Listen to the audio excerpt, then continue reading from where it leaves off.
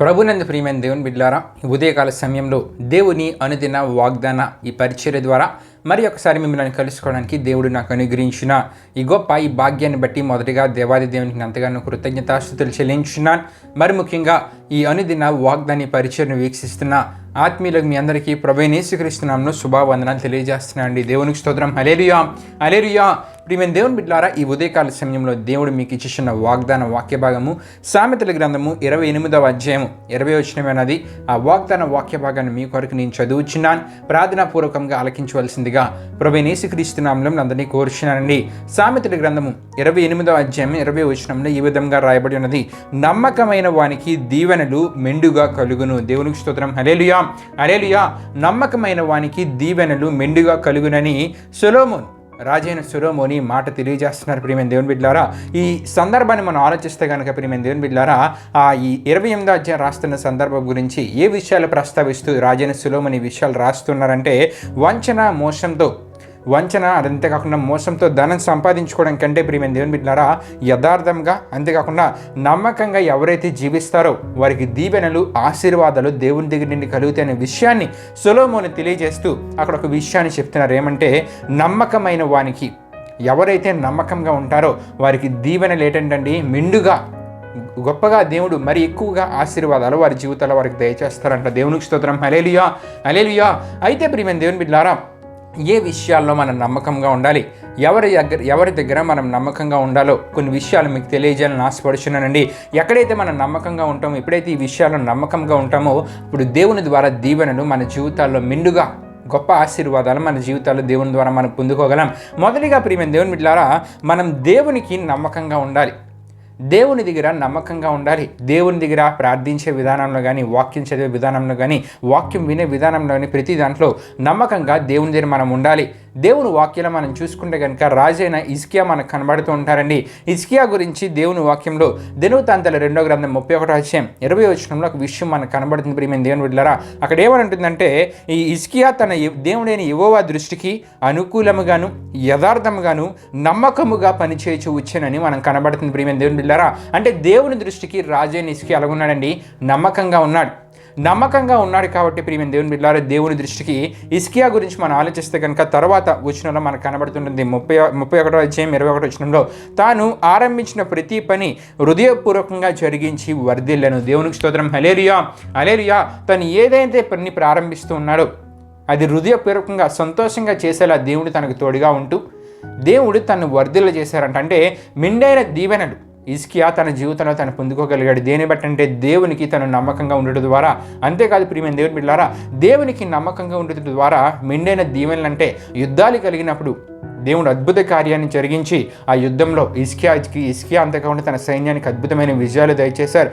దేవునికి నమ్మకంగా ఉండటం బట్టి, దేవుని దృష్టికి నమ్మకంగా రాజైన హిజ్కియా ఉండటం బట్టి ప్రియమైన దేవుని బిడ్డలారా, దేవుడు 15 సంవత్సరాల ఆయుష్ను హిజ్కియా జీవితంలో పొడిగించారు. దేవునికి స్తోత్రం. హల్లెలూయా, హల్లెలూయా. అంటే దేవునికి రాజైన హిజ్కియా వలె మనం నమ్మకంగా ఉండగలిగితే మెండైన దీవెనలు ఆనాడు రాజైన హిజ్కియా ఎలాగైతే పొందుకున్నారో మన జీవితాల్లో కూడా మనం పొందుకోగలం. ప్రియమైన దేవుని బిడ్డలారా, రెండవదిగా మనం చూసుకుంటే కనుక దైవజనునికి నమ్మకంగా మనం ఉండాలి. మనం వెళ్తున్న సంఘంలో ఉన్న దైవజనునికి నమ్మకంగా మనం ఉండాలి. మనం ఏ సేవకుడి దగ్గర అయితే ప్రార్థన చేయించుకుంటున్నామో, ఏ సేవకుడి దగ్గరికి వెళ్ళి మన ప్రార్థన విన్నపాలు తెలియజేస్తున్నామో అక్కడ మనం నమ్మకంగా ఉండాలి. నిజమే, తిమోతి గురించి అపోస్తలుడైన పౌలు గారు ఒక విషయాన్ని తెలియజేస్తూ ఉంటారండి. కొరింథీయులకు రాసిన మొదటి పత్రిక 4వ అధ్యాయం 17వ వచనంలో ఏమంటూ ఉంటారంటే, నమ్మకమైన నా కుమారుడగు తిమోతిని మీ వద్దకు నేను పంపియున్నాను అని అంటూ ఉన్నారు. అంటే తిమోతి దైవజనుడైన అపోస్తలుడైన పౌలు గారికి ఎంత నమ్మకంగా ఉన్నాడు ఈ మాట బట్టి మనం అర్థం చేసుకోవచ్చు. మనము దైవజనుడి దగ్గర నమ్మకంగా ఉండడం అంటే దశమ భాగం విషయంలో నమ్మకంగా ఉండాలి. ప్రార్థన విన్నపాల విషయంలో నమ్మకంగా ఉండాలి. దేవుని సేవకుడు ప్రార్థిస్తున్నప్పుడు, విశ్వాసంతో ప్రార్థిస్తున్నప్పుడు ఆ కార్యాన్ని మన జీవితాల్లో మనం చూసినప్పుడు దానికి కృతజ్ఞత చెల్లించే విషయంలో నమ్మకంగా మనం ఉండాలి. దేవునికి స్తోత్రం. హల్లెలూయా, హల్లెలూయా. ఎప్పుడైతే ఇలా నమ్మకంగా మనం ఉండగలుగుతామో ప్రియమైన దేవుని బిడ్డలారా, మెండైన దీవెనలు దేవుని దీనిని మనం అనుభవించగలం. మొదటిగా దేవునికి నమ్మకంగా ఉండాలని మనం తెలుసుకున్నాం. రెండవదిగా దైవజనుని దగ్గర నమ్మకంగా ఉండాలని మనం తెలుసుకున్నాం. మూడవదిగా ప్రియమైన దేవుని బిడ్డలారా, చేస్తున్న పనిలో మనం నమ్మకంగా ఉండాలంట. మనం ఏదైతే పని చేస్తున్నామో ఆ పనిలో నమ్మకంగా ఉండాలి. నిజమే, దానియేలు విషయం మనం చూసుకుంటే కనుక దానియేలు గ్రంథము 6వ అధ్యాయం 4వ వచనంలో ఒక విషయం కనబడుతుంటుందండి. దానియేలు గురించి మనం చూసుకుంటే కనుక దానియేలు పరిపాలన అంటే ప్రియమైన దేవుని బిడ్డలారా, దానియేలు రాజ్య పరిపాలన విషయంలో దానియేలు ఒక అధిపతిగా ఉన్నాడు. అయితే దానియేలు చుట్టూ ఉన్నవారు ఏమనుకున్నారంటే, అక్కడున్న ప్రధానులు, అధిపతులు, అంతేకాకుండా వీళ్ళందరూ ఏమనుకున్నారంటే దానియేలు మీద ఏదో ఒక నేరాన్ని మోపుదామని ప్రయత్నం చేశారు. కానీ దానియేలు తను చేస్తున్న పనిలో నమ్మకంగా ఉండడం ద్వారా ఏ నింద దానియేలు మీద మోపలేకపోయారంట. దేవునికి స్తోత్రం. హల్లెలూయా, హల్లెలూయా. మనం చేస్తున్న పనిలో, దేవుడు మనకిచ్చిన తలాంతుని బట్టి మనం చేస్తున్న పనిలో, లేకపోతే దేవుడు మనకి ఇచ్చిన ఉద్యోగం బట్టి ఆ ఉద్యోగంలో కూడా నమ్మకంగా ఉండాలి. ఏ నింద లేని వారంగా, నేరారోపణ మన మీదకు రాకుండా ఉండేలా అటువంటి నమ్మకమైన పని చేసే వారంగా మనం ఉండాలి. ప్రియమైన దేవుని బిడ్డలారా, అన్నాడు దానియేలు ఆ విధంగానే ఉన్నాడు.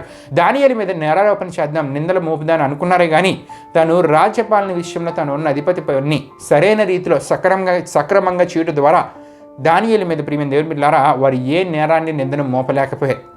కాబట్టి ప్రియమైన దేవుని బిడ్డలారా, దానియేలు తను చేస్తున్న పనిలో కూడా నమ్మకంగా ఉండటం ద్వారా దేవుని ద్వారా ఎన్ని విధాలు ఆశీర్వదించబడ్డాడంటే, ఒక అన్య దేశానికి తీసుకొని వెళ్ళబడ్డాడు, దాసునిగా తీసుకొని వెళ్ళబడ్డాడు. కానీ దేవుడు అక్కడ అధిపతిగా దానియేలుని నిశ్చయించారు. దానియేలు గొప్పగా దేవుని ఆశీర్వదించారండి. దేవునికి స్తోత్రం. హల్లెలూయా, హల్లెలూయా. మొదట దేవునికి నమ్మకంగా ఉండాలి, రెండవదిగా దైవజనునికి నమ్మకంగా ఉండాలి, మూడవదిగా చేస్తున్న ప్రతి పనిలో, మనం చేసే పనిలో కూడా మనం నమ్మకంగా ఉండాలి.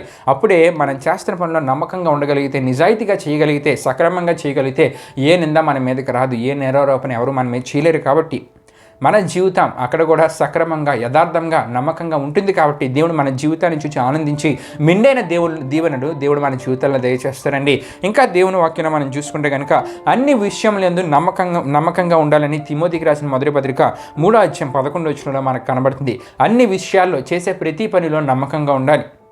ప్రతి పనిని కరెక్ట్గా చేసేవారంగా, నమ్మకంగా చేసేవారంగా మనం ఉండాలని దేవుని వాక్యం మనకి తెలియజేస్తుందండి.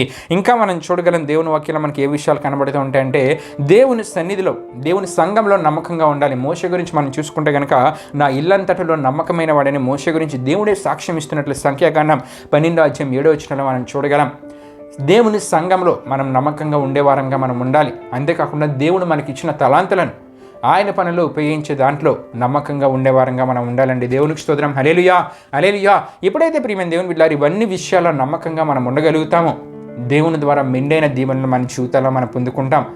దేవుని దగ్గర నమ్మకంగా ఉండాలి హిజ్కియా వలె. అంతేకాకుండా దైవజనుని దగ్గర ఎలాగైతే అపోస్తలుడైన పౌలు గారి దగ్గర తిమోతిని నమ్మకస్తుడిగా ఉన్నాడో, ఆ విధంగా దైవజనుని దగ్గర మనం నమ్మకంగా ఉండాలి. ఏ విషయాలండి? దశంభాగ విషయంలో కానీ, కృతజ్ఞత అర్పణలు చెల్లించే విషయాలు కానీ అన్నింటిలో నమ్మకంగా దైవజనుని దగ్గర ఉండాలి.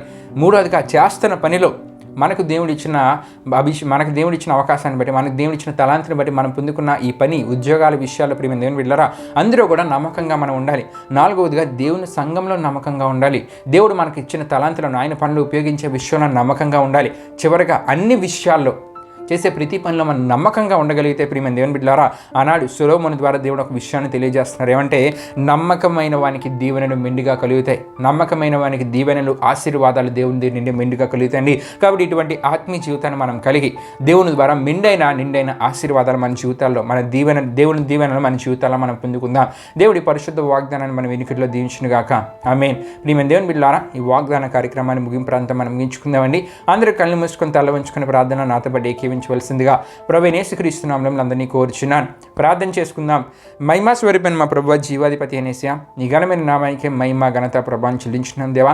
ఇప్పుడు వరకు ఈ వాగ్దానం ద్వారా మా అందరితో మాట్లాడిన దేవా, మీకే వేలాది వందనములు, కృతజ్ఞతాస్తుతులు చెల్లించిన యేసయ్యా. మరి ఏ విషయాల్లో నమ్మకంగా ఉంటే నీ ద్వారా మెండైన దీవెనలు మా జీవితంలో మేము పొందుకోగలము ఈ వాగ్దానం ద్వారా మాకు తెలియజేస్తుంది దేవా. మరి ఈ వాగ్దానం విన్న ప్రతి ఒక్కరు ఇటువంటి ఆత్మీయతను, ఏ విషయాల్లో నమ్మకంగా ఉండాలా, ప్రతి విషయంలో నమ్మకంగా ఉండి నీ ద్వారా మెండైన దీవెనలు, ఆశీర్వాదాలు వారి జీవితాలను పొందుకునేలా మీరు కార్యం జరిగించండి.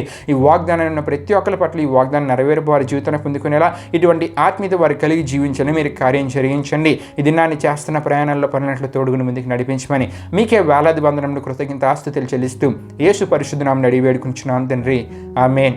యేసు రక్తమే జయం, ప్రవేశ రక్తమే జయం, ప్రవేశ రక్తం సంపూర్ణమైన విజయం, అపవాది క్రియలకు అంత నాశనం కలుగును గాక. ఆమేన్.